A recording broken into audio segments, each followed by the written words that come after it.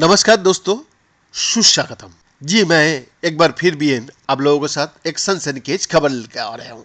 Poland के प्रधानमंत्री Donald tusk ने चेतावनी दी है कि यूरोप युद्ध से ठीक पहले की स्थिति में है और पूरे महाद्वीप की भलाई के लिए यूक्रेन के खिलाफ रूस को किसी भी कीमत पर जीतना नहीं देना चाहिए।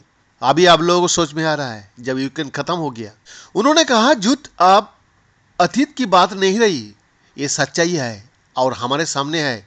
ये 2 साल पहले शुरू हुआ था। गुरुवार को रूस ने यूक्रेन के ऊर्जा केंद्रों पर भारी हमला किया, जिसके बाद डोनाल्ड टस्क का ये बयान आया है।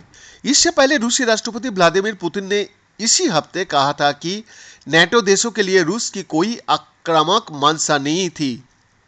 उन्होंने इस धारणा को पूरी तरह व्यर्थ बताया और कहा कि कुछ लोग ये मान रहा है कि रूस के पास दुनिया में परमाणु हथियार का सबसे बड़ा जाकिरा है और वो पोलैंड, बाल्टिक देशों और चेक गणराज्यों पर हमला करेगा। यूक्रेन को छोड़ दिया जाए तो ये देश नाटो सेना गठबंधन का सदस्य है। हालांकि पुतिन ने यह चेतावनी दी कि अगर यूक्रेन दूसरे देशों की हवाई पट्टियों के इस्तेमाल F-16 युद्धक विमान के लिए करता है कि वो जहां कहीं भी स्थित हो उसे टारगेट बनाया जाएगा। फरवरी 2022 में रूस ने यूक्रेन के खिलाफ जंग छेड़ दिया, जिसके बाद से पश्चिमी मुल्क के साथ उसके रिश्ते द्वितीय विश्व युद्ध की बाद सबसे खराब स्थिति में पहुंच गया है। यूक्रेन पर ताजा हमले में रूस ने लगभग 100 मिसाइलें और ड्रोन की इस्तेमाल किया गया, जिसकी वजह से देश का बड़ा हिस्सा अंधेरे में डूब गया। ऐसा हमला एक सप्ताह में दूसरी बार हुआ है जिसमें रूस ने यूक्रेनी के रक्षा मंत्री रक्षापंथी की तीतर पीतर करने के लिए इतनी बड़ी संख्या में हथियारों का इस्तेमाल किया।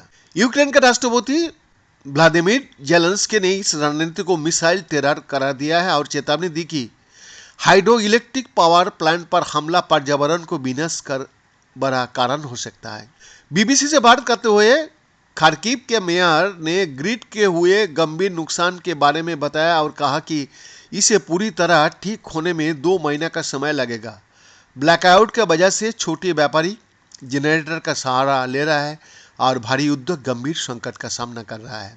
यूक्रेन के लिए आपात सेना सहायता की अपील करते हुए पोलैंड के सीएम टस्क ने चेतावनी दी कि अगर ये युद्ध और आगे बढ़ा तो अगले 2 साल का युद्ध भविष्य तय करेगा।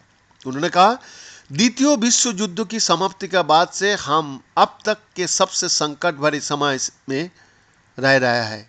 यूरोप की सुरक्षा को लेकर चिंता जाहिर करते हुए उन्होंने कहा कि रूस ने पहली बार दिन में कीव पर हाइपरसोनिक मिसाइल से हमला किया है। बीएन का रिपोर्ट।